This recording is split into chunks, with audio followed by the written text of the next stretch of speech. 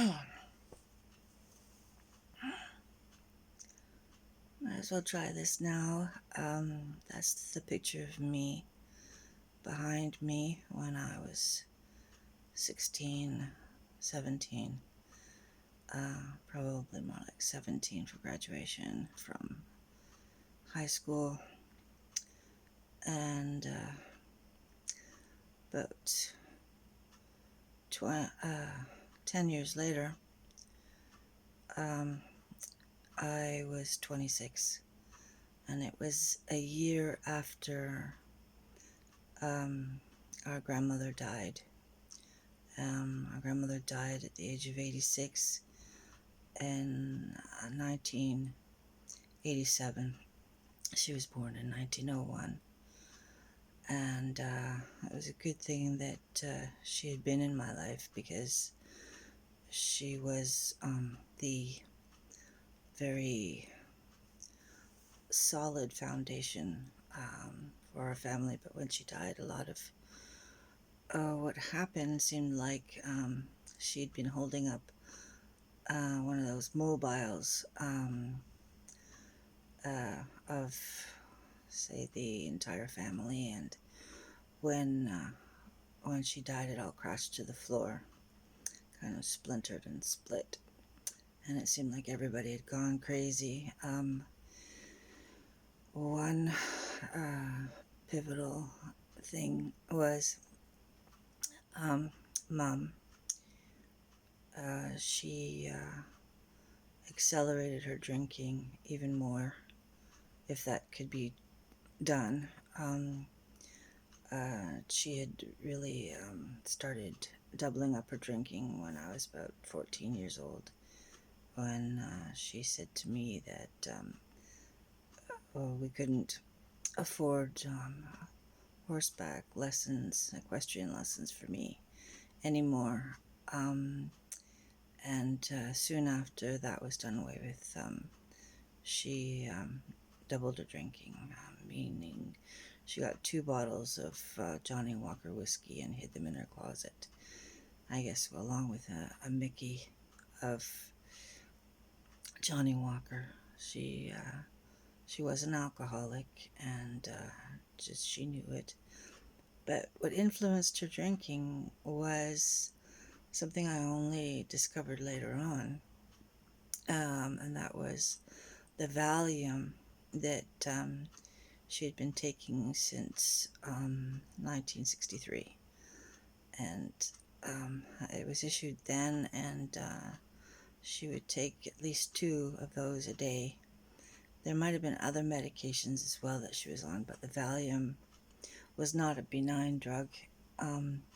It changed her. It made her more erratic. It made her want to drink more. And that is actually something a lot of people have witnessed in their own families. So when I was 26, I had the accident, and I was crushed by a horse. I was crushed by a huge horse whose name was Grand Blanc, and it was up north in Quebec. And I went there with my then fiancé Jacques and his friend, and then my friend as well.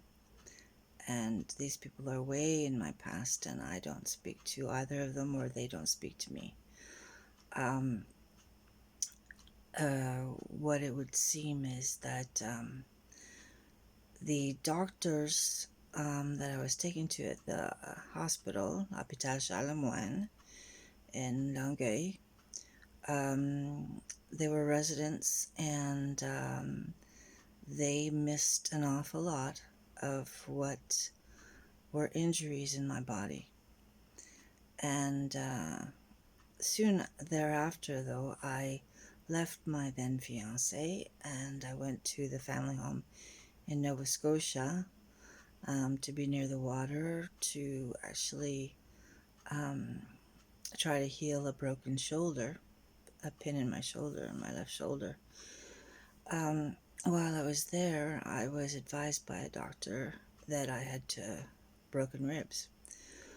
But what happened was I was on the phone to my sister, and uh, that's when everything just started to go um, like a row of dominoes for me, and to almost like a pit of hell, actually. Because when she had said to me, maybe you have a chemical imbalance, and maybe some kind of a chemical from a psychiatrist could balance that chemical imbalance, you should go see one. Because I didn't know that I was so badly injured. I guess my body kind of went into shock, and it was about 4 months after that that I fell into the situation with psychiatry. What happened was I was complaining about not being able to feel my fingers, and um, I got a referral. I pushed for a referral to a psychiatrist, and um, this psychiatrist was in the town of New Glasgow, and he was there um, basically 2 days every 2 months to um, service the whole county or two counties.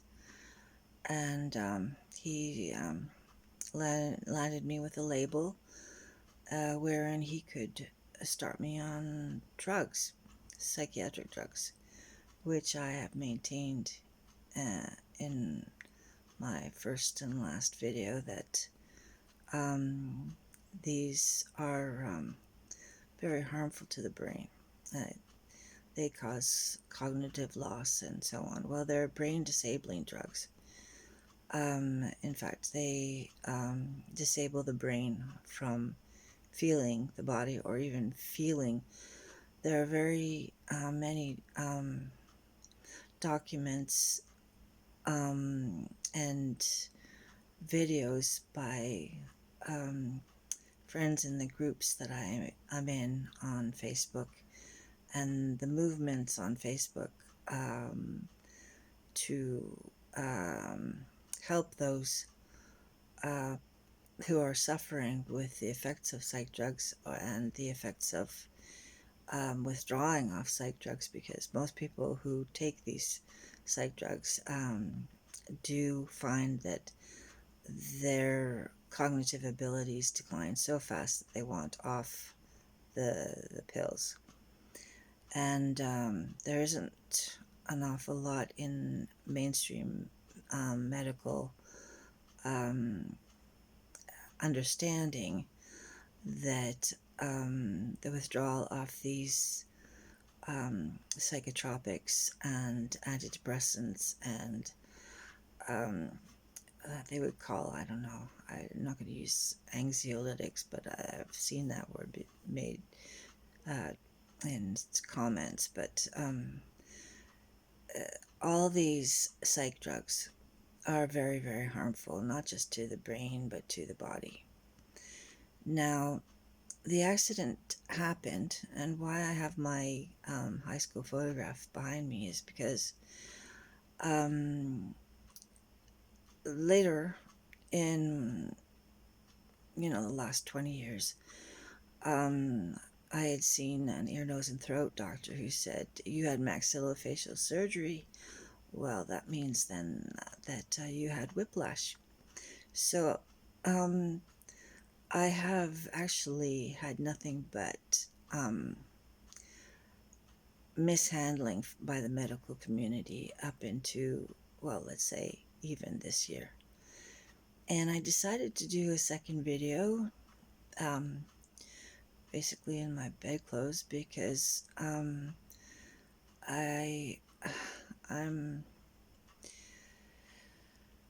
no longer really hoping with all kinds of hope that I have a divine breakthrough. To clarify, I'm a person of great faith. When I was myself um, stopping the medication after being drugged in my 30s on these drugs for about 11 years. So I was 26 when I had the accident. When I was 27, I was started on these drugs, and I came off them when I was 39, 39. During that time, I had shocking cognitive losses, even to myself. There were behavioral problems that came with these drugs, and moreover, I've done research, not just myself, but I've seen other people's research that they've posted onto these groups on Facebook to help people who are survivors of psychiatry. That the withdrawals are far worse than I would say, they say anyway. I wouldn't know, but coming off heroin, the pains are terrible. Now, these are neurotoxins. Neurotoxins meaning that they affect the nervous system. The first drug that was given to me around the time that I had maxillofacial surgery, which was unnecessary, which changed my face. And you know, you can even see it, but it's not age. It's also the fact that I had this doctor who was a physician during the Vietnam War, who used to, during the Vietnam War, put soldiers' faces back together. So this was his expertise. So in peacetime, what else could he do but find work to do something similar? Only this time he was breaking faces and putting them back together. And that's what they did to mine. And it seems to be something that is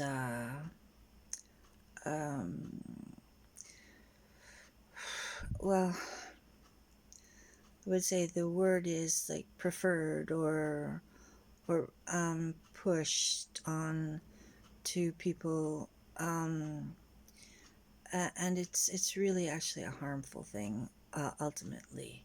Um, uh, you know, even orthodontics, you can say that orthodontists, when they put braces on people's teeth, later on people have problems with their gums and so on. But more so, I would say that somebody who's had maxillofacial surgery definitely has pain in their mouth for the rest of their lives, basically. Is that it's bone that was broken, and it's the whole thing to heal it. Um, I, um, I feel like I should also mention that I very often think to myself that I'm the poster, quote unquote, child of iatrogenic harm, and that means doctor induced harm, because I was not properly diagnosed right after the accident. I had my face broken when it wasn't necessary. I had whiplash. I had a lot of injuries. In fact, the injuries are visible today. And um, I'm 58, and this is the year 2020. And yeah, I get back to that, is that I really do believe that a divine breakthrough is on its way. So maybe that's one of the reasons why here I am in my bedclothes putting out this video, is because, well, I do believe that very soon my circumstances will be vastly improved. Um, because of this fall into psychiatry, I know an awful lot about what these drugs do to people. I've understood the violence in the news when they say someone's mentally ill. It's not them and their mental illness. Way back in Prague in 1930, there were reports out that the chemist would say is that we can make anybody do anything. We can make a grown man cry or become very violent. All we have to do is give them these chemicals. And Julian Assange was arrested, and then he was also basically tortured, and his torture was through the use of chemicals, pills. He was given all kinds of pills. So, this very intelligent journalist, he was obviously quite articulate and did some amazing journalism. He spoke well, but when he was when he was in court, he could neither stand up nor remember his name or speak. And this is what these chemicals do. And these chemists, these drug companies know that. And if there's going to be um, a reckoning for Big Pharma about the opioids and what has been the fallout from opioids, honestly, psych drugs, antidepressants, um, and anti-anxiety drugs, things like Prozac. Now, listen, Prozac itself, I do believe that it's no longer being used, but I may be wrong on that. But it was an antidepressant in the 1990s, and it would make someone impulsive, not have any real sense of danger or right or wrong, or just a person who would be reckless, let's say. So they gave that to me. And in 1992, on the Prozac and other drugs, I I attempted suicide. I had the Prozac and some other drugs there. Anyway, I'll get back to that. I did survive it. Thankfully. I've survived an awful lot, thankfully. And I know an awful lot since I've been on this healing journey of knowing how to survive the withdrawals off the psych drugs, because an awful lot of people just don't.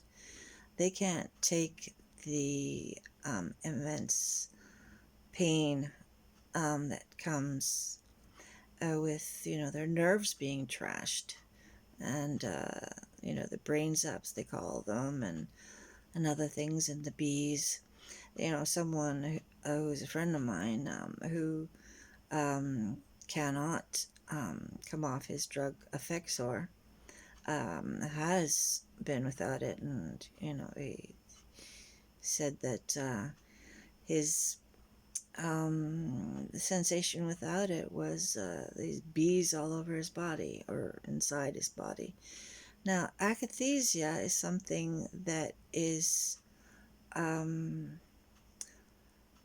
result of the newer psych drugs, and akathisia is this internal agitation where you will not be able to stand still. It's almost like you feel you're on fire. Now, I think I did have that actually on a drug that they'd given me. I think it was called ORAP. They didn't give it to me very long. They said that I was probably allergic to it. But that's when I was being polydrugged, when Mom was still alive. And she died before I came off these drugs entirely. It was Dad who saw me getting sicker and sicker and said, your problem is the pills. And he wanted me off them before he died. And it was around the time that Mom was still alive, just at the end there. So it was the drugs that were making me the way I was. Now listen, here's the thing. When I was in Nova Scotia and I'd seen this psychiatrist, he put me on a drug called Deseral. I have since found out this is trazodone. And that trazodone, I couldn't feel my body. I couldn't feel it. And then because that's how strong they are. Tell you, I have felt the injuries, and I still do. And I've had this day in, day out, minute in, minute out pain from a collapsed rib cage. Because that's what happened. I was pretty lucky. My spine didn't split, but my rib cage collapsed onto my spine. It did. This is true. And my doctor, my new doctor, Dr. Duchenne, he agrees. Yeah, that's probably what happened. I mean, I can lift my arms over my head and it will crack as I go like that, but it sounds like the chair, but it's popping and cracking. Anyway, so the trouble is, psychiatry has a very long set of tentacles, and they're still touching me today. And I'm very, I'm getting a reaction from my body, acid reflux. Whew. Yeah, no, it's like I can't swallow that garbage that they, psychiatry is, it should be banned. It's like the Dark Ages. There's a hidden Holocaust. That's what we call it. Survivors of psychiatry know that so many people, even during this COVID lockdown, people have been prescribed antidepressants because they found themselves depressed, or anti-anxiety drugs because they found themselves to be anxious, or maybe they've lost their jobs. Anyway, the prescriptions for psychiatric drugs has gone up during this time. This how long? 6 months long pandemic is a those there are people who are dissenters on a lot of ways. I mean, if you if you put a mask over your face, you're breathing in your own carbon dioxide, and you're also breathing in whatever your lungs the want to expel as far as toxins go. I mean, that's the way if you cover your face all day with material, you're not going to get good air. You're not going to get a proper release of what needs to be released from your body. So yeah, I'm not really happy about this mainstream thought that the medical community has all the answers, because they don't. And the one point that I need to make is that psych drugs, and that's mainstream thought, do not do any good. They harm people. Um, and I'll get back to this thing about violence.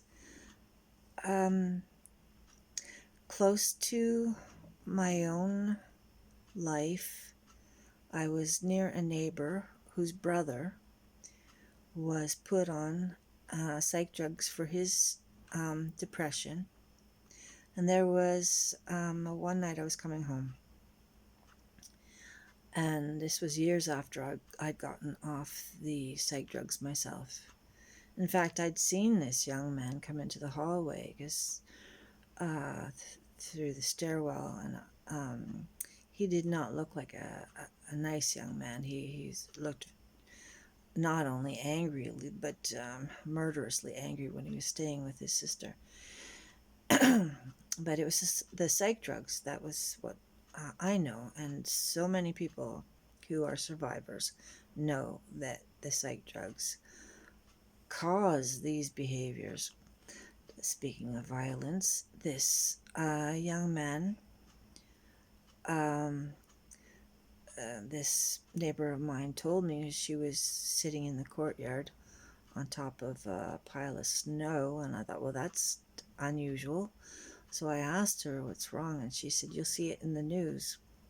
So I did. I actually saw it in the news, and it was the story of this young man in Ontario on the border with Quebec who had uh,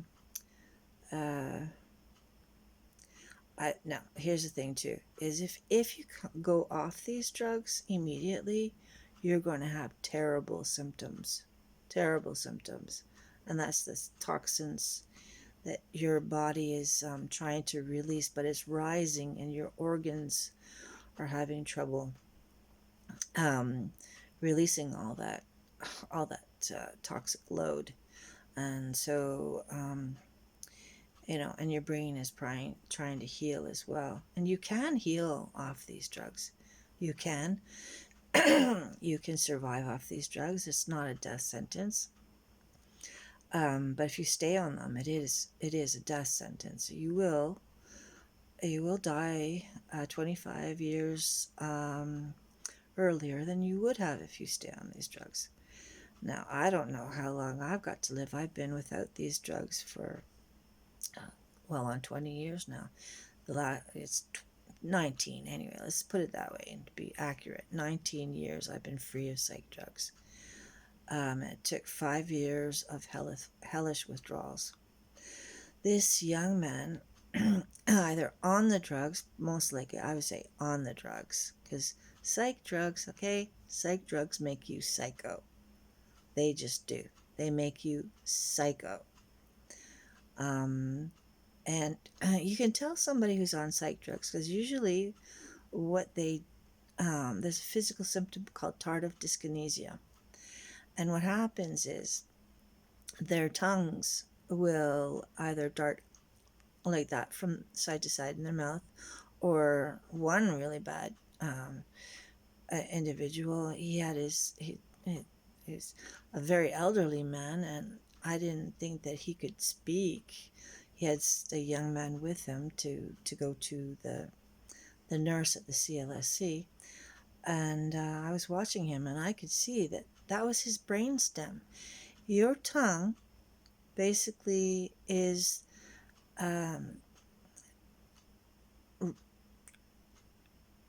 really quite attached. It's connected to your brainstem. All right, so when you're speaking,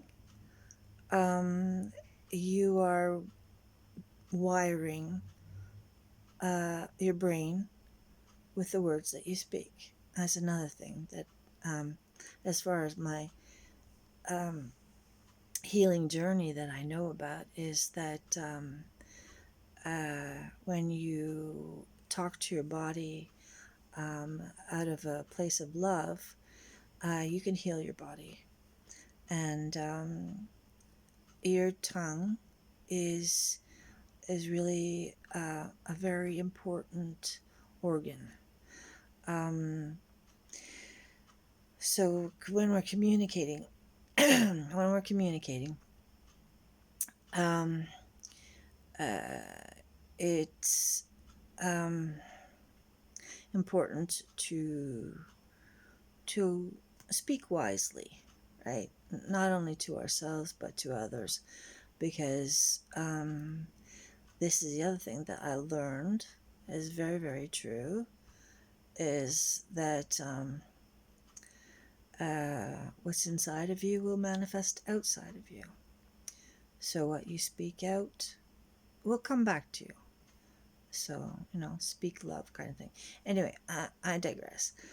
Um, this young man in Ontario on psych drugs killed his mother and his father and his sister, his whole family that were inside the house at that time. And that young woman who was on the snowbank in such despair, who I spoke to, she only had one surviving sister that was left. So her brother is in jail, and he's probably being plied with psych drugs and probably causing mayhem for himself. Anyway, it's just now it's a death sentence. Oh, here I go again. I'll take a drink. It's just awful. Anyway, okay. So, and now we see, and in the news, we have heard of these school shooters, these young students who um, are mass shooters. Any time that you see the face of someone who's done a mass shooting, look at their eyes. Their eyes, it's not them. It's the toxicity to their brain of the drugs that they have been given on a diagnosis by some psychiatrist. And the psychiatrists do not want to admit that their prescriptions from Big Pharma, and a lot of the doctors, their schools, were funded by Big Pharma. So all they really know is pills. In fact, my new doctor said, when I went to him about pain, and for 3 years I said, no, no, no, no, I don't want pills, I don't want pills. He said, you're tying my hands because all I know is pills. So that's a young doctor. So yeah, 2 years from 60, and I've got quite a lot to say now that I've overcome such milestones, such hurdles, incredible hurdles. Because don't forget, I was crushed. I had severe injuries throughout my body, not just my neck, and then, of course, my face by the doctor, but my ribcage had collapsed. My legs were crushed, especially the left one, which was underneath this hybrid draft horse. That's a huge beast, okay? That's huge. And we together I was galloping on him. I fell with him. He fell on top of me. He was massive. It's like a rolling pin going over me. So I never had children. The reason why I didn't have children is because those organs were pushed. And in fact, it's visible. You can see my abdomen. It's pushed over to one side. Yeah, it's all visible. What's happened here, I can show you, but I'm not going to start flitting the phone all over the place. I'm just trying to say, it needs to be said that psych drugs do an awful lot of harm. Okay, so I'm really fed up, because psychiatrists and doctors is basically a brotherhood. They protect each other, and as far as patients go, they dismiss the patients outright in order to protect the doctors. And in fact, I contacted a doctor who was a heart specialist, but he also did acupuncture. So that's what I, got from him. For a while there, I was getting acupuncture. And his take was that a rib was out of place. Anyway, a couple of ribs broke, let's put it that way. Um, when I approached him about the issue with a previous doctor that I had, he said, "Oh, no, no, no, no! I'm not going to touch that. I'm not going to touch that." Like he was really afraid, really afraid. He said, "I'm not going to help you with that. No, no. You got a complaint against another doctor. I'm not going to help you with that." There was real fear in his voice. So, I don't know what their brotherhood does or anything, but I do know that an awful lot of what modern healthcare does should be investigated. First off, when you give a young person these psych drugs, they may become suicidal. In fact, they do become suicidal. Look, they gave me Prozac, and in 1992, I did something unthinkable that I don't think I would ever have done. In fact, I've been in chronic pain, lots of pain, for the last 19 years since coming off those drugs, which numbed the hell out of me. And there's no way I would commit suicide because I've got all this pain. No way. I know I still believe in God. I still believe in fact, I've got even firmer belief in God. I know God lives, okay? I know there's a creator. I know there's source, and source is our breath, basically. Where do you get the ability to breathe? They don't know, do they? Do they? Why do we breathe? First of all, God is our breath, okay? That is where we get life. It's our breath. Without breath, we die. So a lot of what happens when you give someone psych drugs or even other drugs, but I won't touch on them right now. A lot of what happens to the body is it gets deeper and deeper and deeper and suppressed. And not only does it hamper your thinking, your ability to reason, but it can make you really, really depressed. So one woman I was speaking to, I was talking about how they harvest organs. They do. That's a big business right now, harvesting organs, not just, overseas. Here we are in Canada, but I'm talking about Canada. I'm talking about the major cities. I'm talking about Montreal. They're harvesting organs. And it's so easy to harvest when they harvest organs, they don't just take one organ, they take everything they can. So you put this woman's son, who she doesn't really have that much connection to because he's with his father. He's being given psych drugs. He gets suicidal. He finally does die. Now, he wouldn't have thought of this without those psych drugs in him. And that's the truth. But see, he's given those psych drugs. He kills himself. He's a young fella, ripe for the pickings. They love the young ones. I mean, this is something where they probably rub their hands together. They take the eyes. Who knows? Maybe they take the face. They certainly take every single organ or tissue they possibly can. I don't know if it's because it's on a list for organ transplants. Somebody wants to have a new one. I know. In fact, it's very interesting. There was a lady I met in my building where I live now for the time being, because I'm going to move. Anyway, um, there's a woman in my building.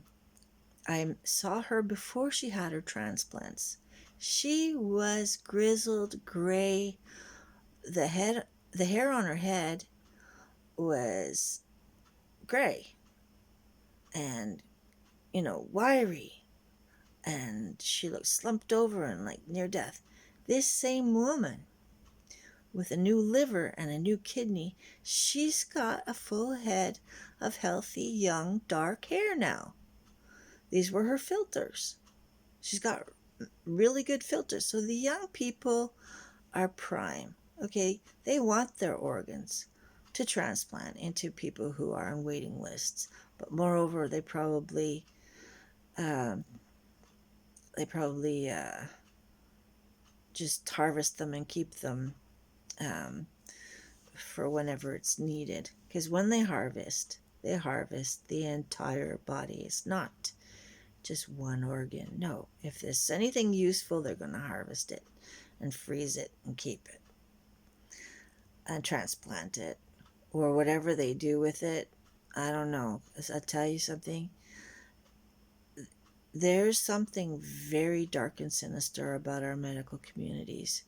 And the one that I know here in Montreal, I have a question for you. Have you ever heard of the Vril Society? Well, I was interested in looking back at history, and yes, I've had a rather, say, interesting, for lack of a better word, um, preoccupation with looking back at World War II. And um, something has also come to light about that. The drug Pervitin, which is basically crystal meth, was given before the war began in Germany. It was prescribed to civilians, and then later on it was prescribed to soldiers, and that's what they were on. These Nazi soldiers were on crystal meth, which would make them unsympathetic, have no qualms about killing anybody. Go kill. Okay, yeah, babies, no problem. Um, so you've got what they called high Hitler, right? He was high on drugs too, and they said later on, oh, he had Parkinson's. No, that's from the drugs that they gave him, which were psychiatric drugs, kind of, uh, uh, uppers, downers, right? So, his left hand was shaking uncontrollably. That is nerve damage. That's from the chemicals. You can, once you stop those drugs, that shaking will go away. So I'm kind of going all over the place here, but Big Pharma has a lot to answer for. They know what these drugs do, and they push them anyway. They know that Prozac makes people suicidal. Maybe they've taken it off, but they've made newer drugs from the older drugs, and they're not better. They look like they're more powerful. I mean, they look like they're better, but they're not better. They're far worse because they've been tweaked to the nth degree, and they are so damaging that even when you come off them, sometimes like 6 years later, you'll still have damage. Maybe to your eyes, you won't have uh, the eyesight that you should have had you not been on those drugs. Um, Yeah, it's the eyes also reveal an awful lot as well as the tongue. Yeah, I'll go back to this old guy, okay? He was sticking his tongue out right onto his chin, like flicking it back and forth, you know. And another thing is that when I was a young girl, I saw an old woman, and my reaction to her in my mind was, oh my goodness, I hope I don't get like that. I didn't know that that tongue flicking um, that she was doing was from the psych drugs until later on. Now I know. But I thought that was just getting old. But it wasn't just getting old. No, no. This was somebody who was probably at the Douglas Mental Hospital who was given one of those earlier drugs. And the earlier drugs are terrible. Um, they're toxic concoction. Yeah, and in fact, when I left Nova Scotia and came back to Montreal, of course, they tried me on lithium, but yeah, that's another thing. You know, why would we ingest that? Why are we, you know, um, taking in the chemicals that we are taking up? We definitely need to rethink our modern world. Um, and Big Pharma, it should have a major scandal this year. Major, big time scandal. The opioids were one thing, but there's a hidden Holocaust because they're drugging everybody on these antidepressants and anti anxiety drugs. I mean, we've even got the Prime Minister's mother touting the wonders of these psych drugs, and she's calling herself manic depressive or bipolar. Now, if you look at the stars who've called themselves manic depressive or bipolar, they're dead. You know, um, Patty Duke, she used to say, "Oh, it's wonderful. I've been given this treatment. Now I know I've got manic depression." And, it's like some kind of status symbol. Not any longer, I'll tell you that much.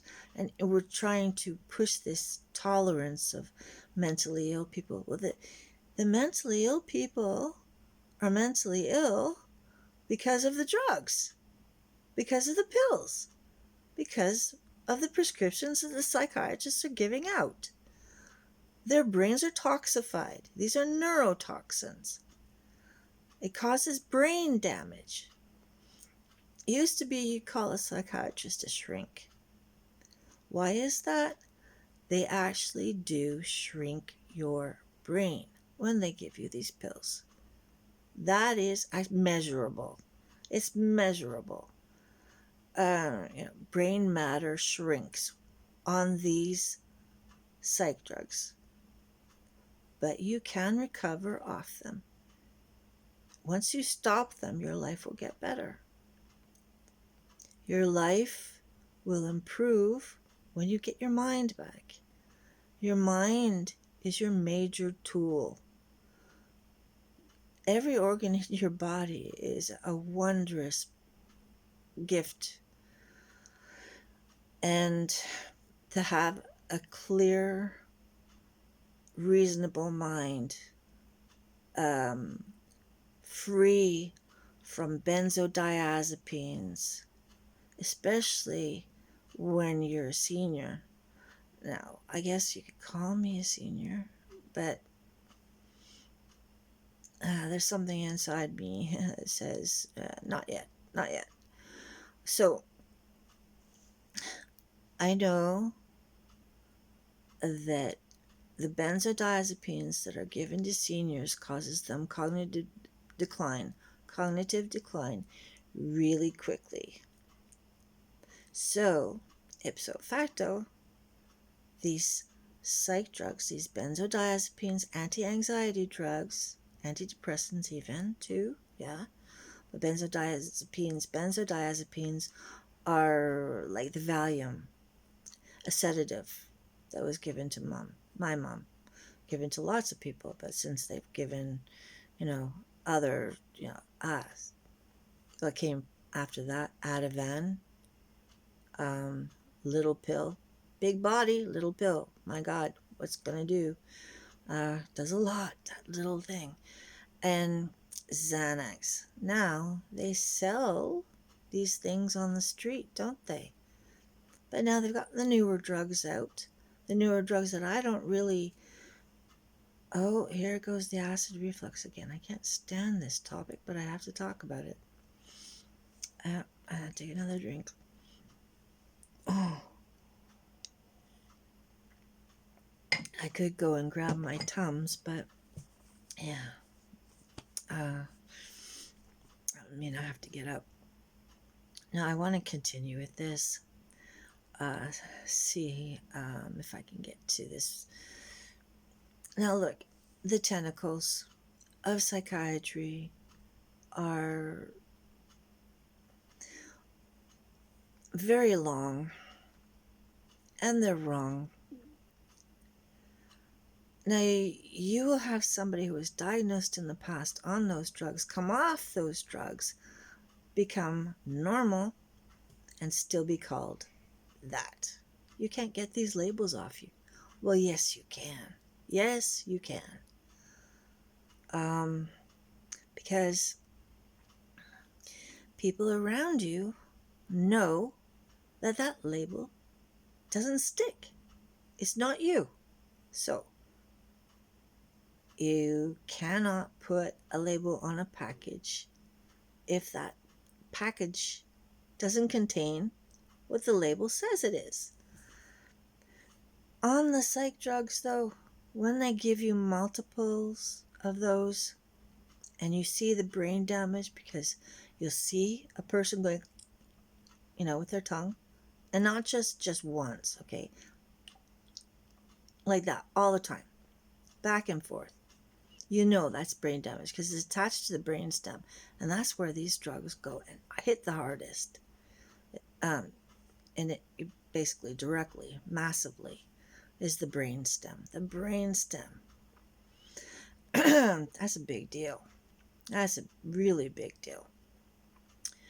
So, there's going to be a time when even I won't be talking about this. But you see, on the trazodone, which I didn't know was trazodone at the time, I allowed them to break my face. God, I allowed them to do that? I mean, I hardly, and the teeth and everything, I'm missing 9 teeth because of them, right? And a pretty girl back there. What happened to me, right?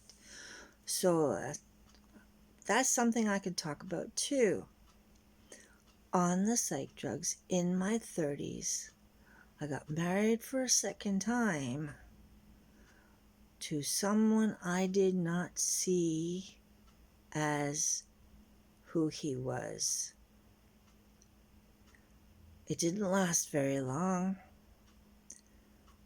but whatever had been taken from me before he came along, and what had been taken from me before he came along was my inheritance from our mother. First of all, when she was dying, and this is the fraud my sister committed. When she was dying, my sister had temporarily taken over my finances. I got that revoked within days or weeks. But while she had it, I wasn't getting money, so I couldn't go and visit Mom. I did have major cognitive losses, plus behavioral problems that come with being intoxicated. Neurotoxins. Remember what I'm saying? Neurotoxins. Intoxicated. You can tell.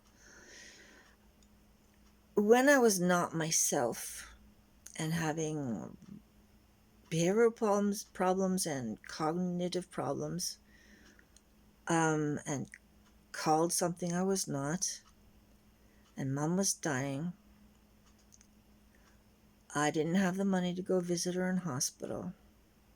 My sister said to me that I had been evicted from my apartment, and I believed her. Later on, I found a receipt where she had made a deal with my landlord to finish off the lease with the money that she had that was mine. So at that point, soon Mom was about to die. I couldn't get to her. The night that my sister was there, she wrote a codicil which gave her the my movables, my furniture, what was supposed to come to me. She got it all. All right, then 1998 comes around, and Mom had died in 1996, and Dad had died in 1997, and my sister clamped down and put me on the public curator, and I lost the money. I lost the money to the public curator, and that I found out later on was $30,000. Janet didn't, oops, said the name. She didn't get that. She didn't get the 30,000, but she did commit a fraud. She said I was evicted when I wasn't evicted. So I was couch surfing in Montreal when I could have been back in Chateauguay, where I could have gone to the hospital to see Mom. But she wanted me out of the way so that she could get all the movables, as they say. That meant, dishes, cabinets, all kinds of furniture, okay? So she cleaned me out. So now let's fast forward to this time when I'm still on all these toxins, these neurotoxins, and I meet this fella, and he comes into my life, and I get married to him. What does he do? Cleans me out of every other thing that I had from my life with my family. All my valuables. So the pearls that Grandma gave me when I was 20, gone. Up his nose. He was the son of a minister, and he was a cocaine addict. And a very violent man. Also, he was on something called Paxil, and he was all over the place. And well, I got myself off the public curator the same year that he filed for divorce. I couldn't file for divorce, even though I kicked him out and I had a restraining order against him by the year 2000. Yeah, I guess I married him in 1999, and by 2000 he was in prison. Because I wasn't the only one who charged him with something. It was the neighbors also. He had gone and taken one of my carving knives my sister had given to me for my first marriage.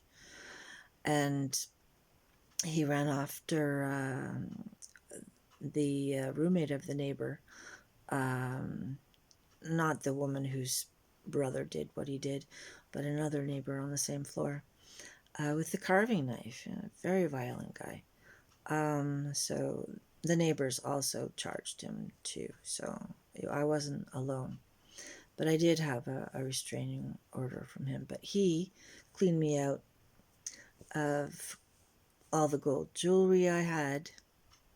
And I have to be thankful that I do have a silver ring from my mom still. And I do have a silver locket, because he wasn't into silver. He wanted all the gold. And I had a lot of gold by that time. I did. I had a lot of gold jewelry. I also had a very expensive Ovation guitar. It was just gone. But he had a cocaine addiction that I wasn't totally aware of. He was also a drunk. So, well, go figure, right? My mom. Anyway, but she was pretty functional, not like this guy. He was totally chaotic. I know he's still alive, but I don't know how. Anyway, he was the son of a minister. Oh, he knows who he is, and he's not going to watch this because, if it does happen that that guy actually sees this, he's just going to go, ah, ha, ha, ha, ha, look at her, ha, ha, ha, ha, crazy person. No, no, I'm not crazy. And the other thing, too, is my family. My family think whatever my sister tells them, I'm injured, physically injured. I was misdiagnosed from the very beginning. In 2005, this doctor, and I'm going to name him Dr. Daniel Kraus, said, Christy, you were obviously misdiagnosed from the very beginning. But because we cannot see these injuries, and they're going to, they're sticklers, they're going to want to have something that they can touch and see and feel. And since we can't see these injuries, you've been off the drugs for four years. And yeah, you don't have to be on them. But you were misdiagnosed. We'll admit that. But we're going to put on your file. I'm going to put on your file, says Dr. Daniel Kraus, that you're schizophrenic, so that you can get the most financial assistance from the government, the highest financial aid. Turns out what I do have, so-called fibromyalgia, which I don't cotton to that either. I have old injuries that are plaguing me to this day because they were never properly treated. Because when I had the accident, there were residents who didn't know their ass from their elbow and sent me home with my arm in a sling. Broken ribs, crushed leg, no. They didn't see it. Nothing. They even did say, yes, imagine-toi, cheval est tombé sur elle et c'est seulement son épaule qui est cassée. No. My whole rib cage collapsed onto my spine. Oh, and those drugs didn't help. Oh, boy, did they ever harm me. I wouldn't have... they broke my face. They didn't need to break my face. Freaking.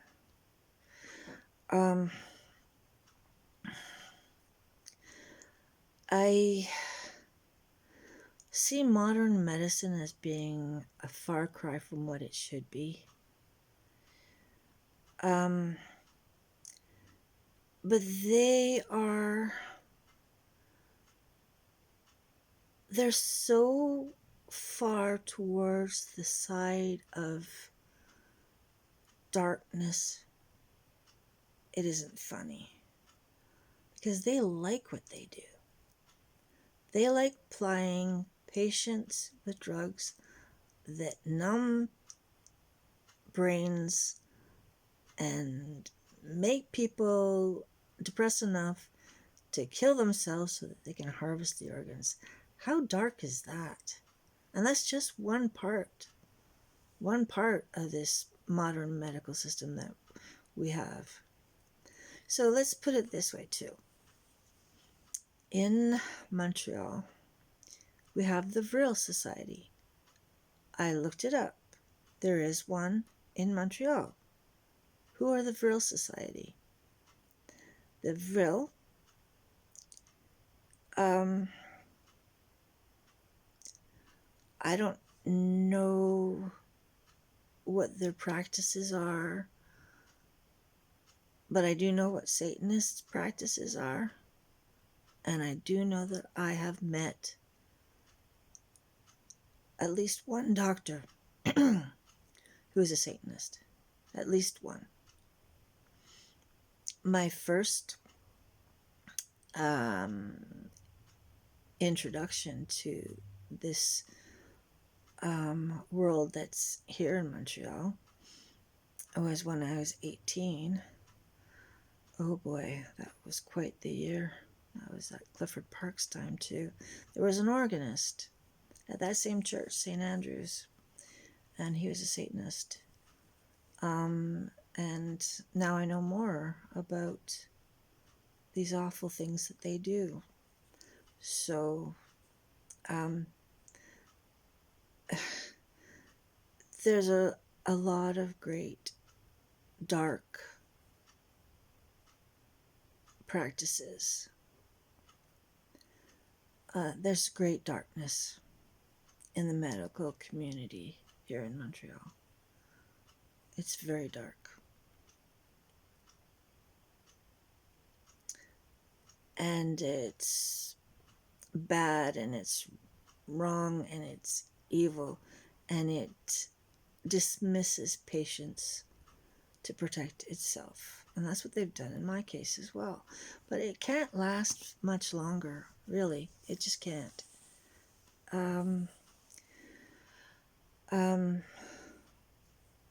Here I'll make this point, that so many people have received prescriptions now to date of antidepressants and anti-anxiety drugs, which are neurotoxins, which will kill brain cells, at least, cause cognitive loss, very rapid cognitive losses, I should say. And there's a swath of people already who are coming up and saying, oh my goodness, what this drug has done to me. So now we've got another wave of people coming up who are going to say, I can't survive this, I can't do this, I can't survive these withdrawals. They're horrible, they're horrific, they're nonstop. How long does this last? Well, I tell them, it depends on how long you're on the drugs and how much were the dosages and what the drugs were, the names of the drugs. And I tell you, the newer drugs, it's no wonder that we're losing people in our movement to suicide.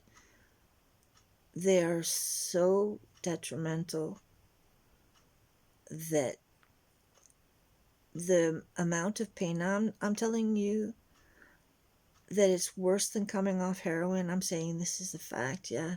I'm sure it's really painful coming off heroin. I wouldn't know. But I do know that it's hard to survive that rising toxicity that your body wants to release. I'm looking at the time there.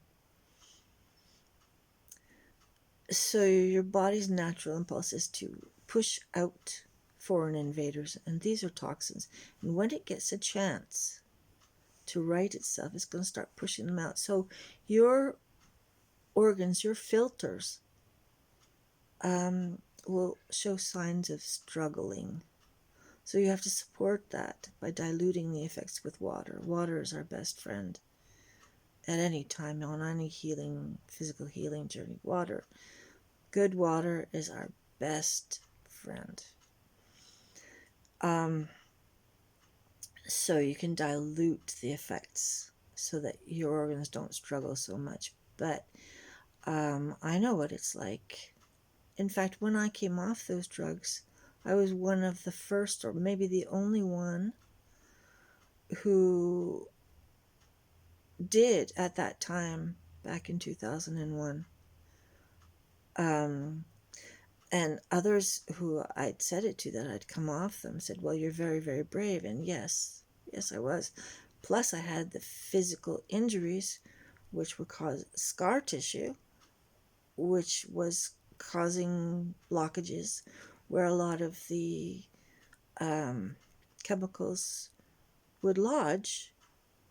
In fact, when you're on these drugs a very long time, I swear, they go deep into your bone marrow. So even when you think that you're free, more waves of rising toxicity come up.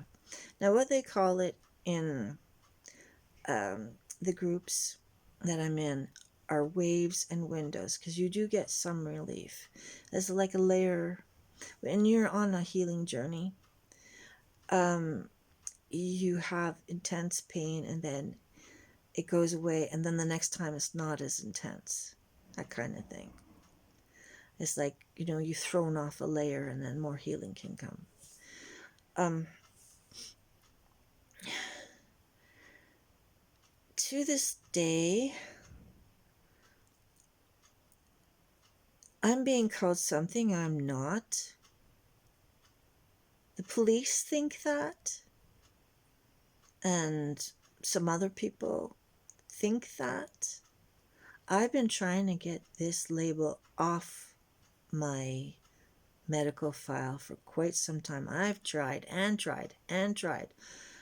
My last attempt was to do what my new doctor had said, Dr. Duchenne had said, oh, well, you're going to have to go see a psychiatrist to get that label off. Well, yes, he did get the label off, but he made a lot of mistakes. He said, oh, she fell off a horse. No, I didn't fall off a horse.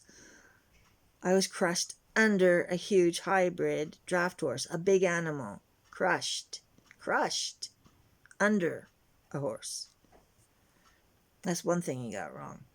Then he said, well, she was likely bipolar when she was younger, because I have these hospitalizations. Let's say in 1992, there's hospitalization there, and onward.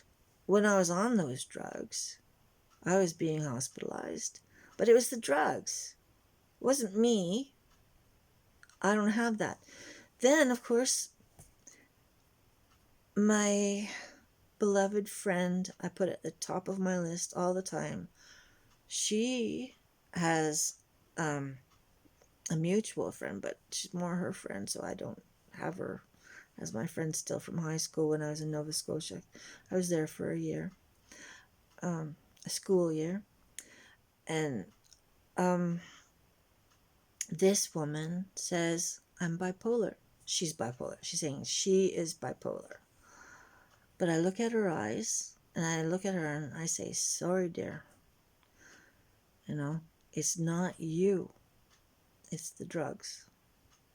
But that's the last time I ever had any interaction with her. She never replied to it, but, silence is a very loud reply. In fact, that's what I've actually gotten when I reach out to people from my past, like Jacques, who was there, who saw the accident happen where the animal fell on top of me, who brought me to the hospital. He doesn't speak to me anymore. Well, yeah, I know why.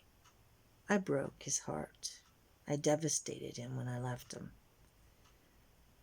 So, and I know I have a big effect on people. I just simply do. But here in my building, I was still trying to find a way. A minister friend of mine, she said, a United Church minister, she said, why don't you get a press conference, and tell them what's what? Well, I had already tried with an old high school chum who had worked as a photographer for the Montreal Gazette. That fell through. So in my building, I had a connection or a contact with a woman who worked for the National Film Board, and I told her a bit of, my problem. And she got it wrong. She's the one who had the transplants.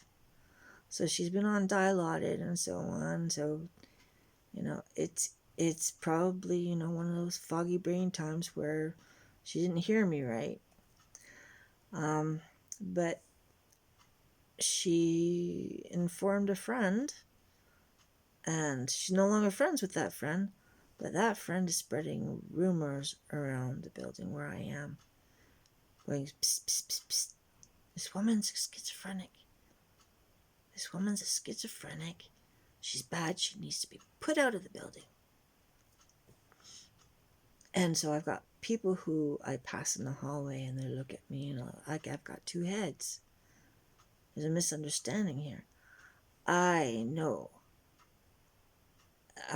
that I'm going to cause a huge controversy when I say these drugs only do harm. But I'm not alone, I'm not alone when I say this. There are doctors who put their professions on the line and are still doing really well. In fact, they're doing far better now Before they were vilified, but now they've got a heck of a lot of support because it's true. What they're saying is true. These are brain disabling medications and should not be used. So the psychiatrist, Dr. Peter Breggin, you can look him up, or Dr. Peter Gotch from the Netherlands. I think he's from the Netherlands, either that or Denmark. I don't know. Anyway, and then there's Joanne Moncrief. She's another doctor in the UK. There are other several doctors are coming up. Even the younger ones are coming up and saying these drugs should never be used. They're very harmful.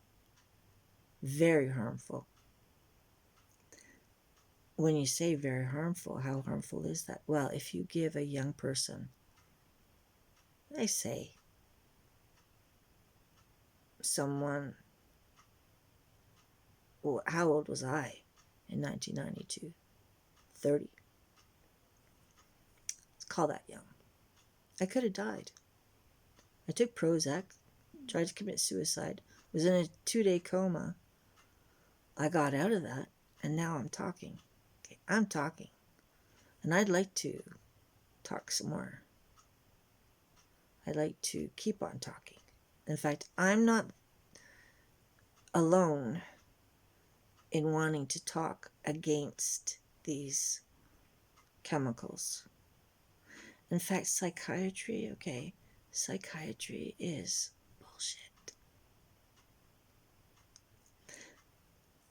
I know that there are those who are survivors of Scientology, okay, and want to say, push that whole cult out of their lives entirely, everything that was said. But one thing that they do say is true: psychiatry is harmful because they write prescriptions that Big Pharma knows but won't admit to, that are harming people.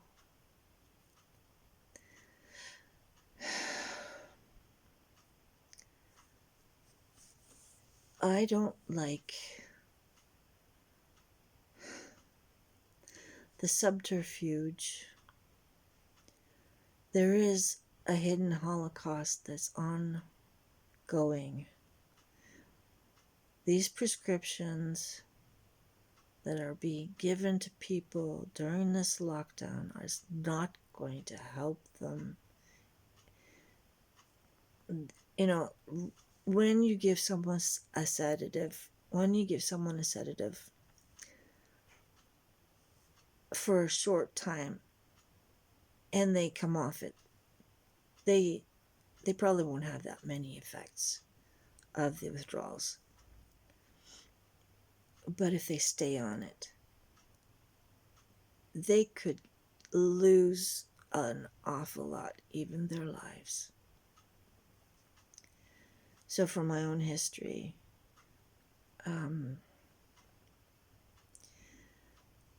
putting me on those drugs was what lost me my inheritance.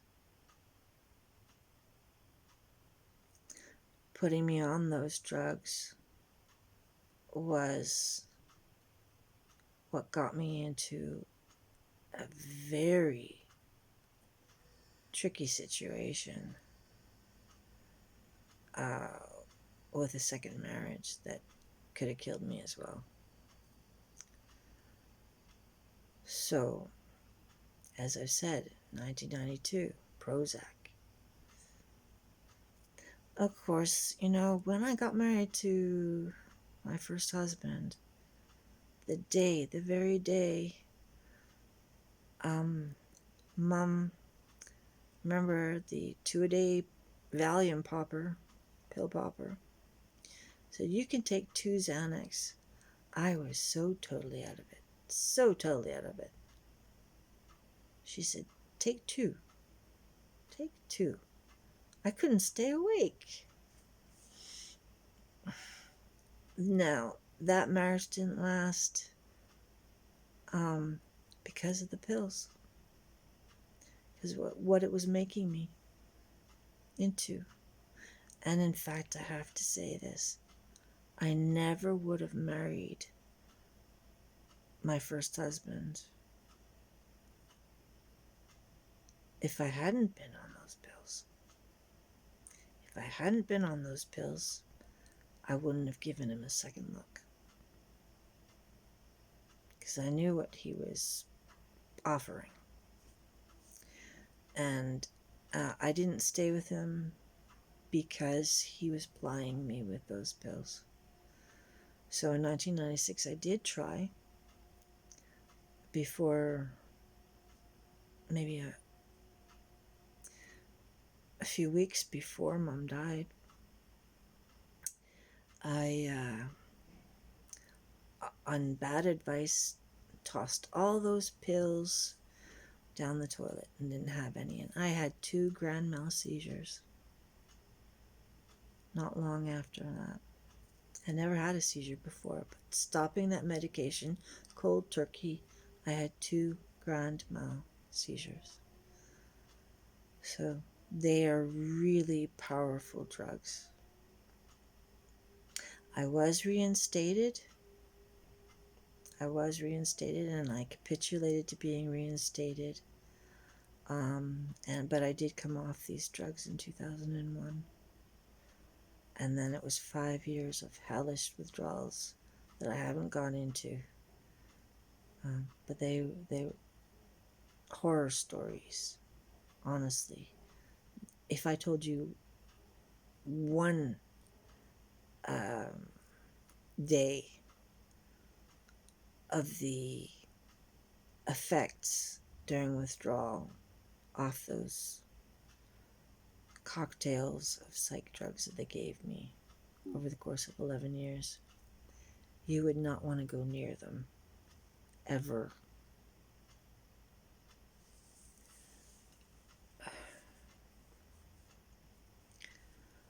What else can I say? Iatrogenic harm. That's all they offer.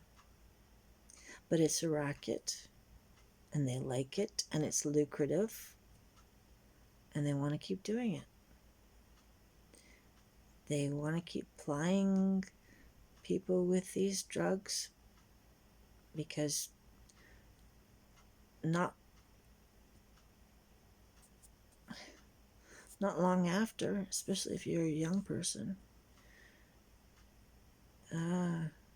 if you accidentally kill yourself, there's a whole new crop of organs they can harvest. I'm also quite angry that no one in my family speaks to me because I'm injured. I'm not crazy. I'm physically injured. I could show you the injuries. I could even make you hear the injuries because my back does pop and crack, especially when it's not insulated like this. I'm angry that I'm lied about, that I'm misperceived, that I've got not one person who is in my family who is living who will even contact me. And why is that? In a real world, if they knew or saw the injuries that I have, or knew that their mother committed a fraud, she did. She got me out of the way so she could have it all. She wanted it all. She got it all. I was rendered poor because my sister said, go see a psychiatrist.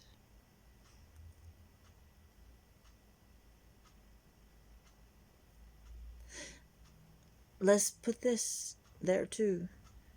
She said, backing that up, when she said it, to support her argument that one of her professors at her school at that time, the University, I think, of New Brunswick, had said, with your history, it's a wonder you're not a schizophrenic, to her. So, I was not diagnosed as a schizophrenic from the beginning, okay? I was diagnosed as bipolar. That's where the lithium came in when I came to Montreal. But the drug that the small town doctor called Deserel, I didn't know what it was until way later on. So changing the names in another country really does hide an awful lot of harm, Change the name of something. Oh yeah, right. That's too true too. That thalidomide that was so horrific, they want to keep selling it. Now they want to sell it to use as a prescription for people with leprosy. I don't know how that's supposed to work. Okay, I guess this is enough. I've gone on an awful long time. But I've spoken. And it took me an awful lot to